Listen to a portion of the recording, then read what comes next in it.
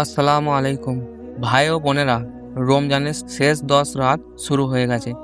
এই 10 রাতের মধ্যেই আছে একটি অত্যন্ত মহামান্বিত রাত, লাইলাতুল কদর।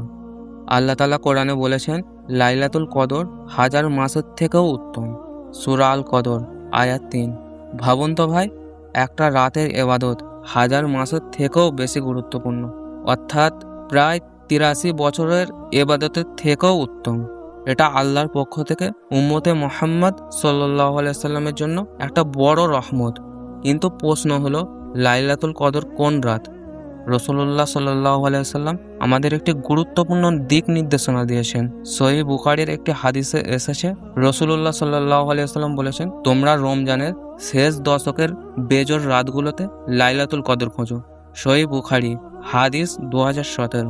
অর্থাৎ 21, 23, 25, 27 এবং 29 রমজানের রাত।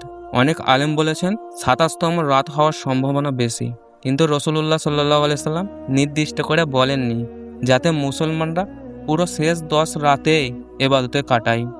আরেকটি সহিহ হাদিসে এসেছে, হযরত আয়েশা রাদিয়াল্লাহু তাআলা আনহা জিজ্ঞেস করেছিলেন, হে আল্লাহর রাসূল সাল্লাল্লাহু আলাইহি সাল্লাম, যদি আমি লাইলাতুল কদর পাই তাহলে আমি কোন দোয়া পড়ব?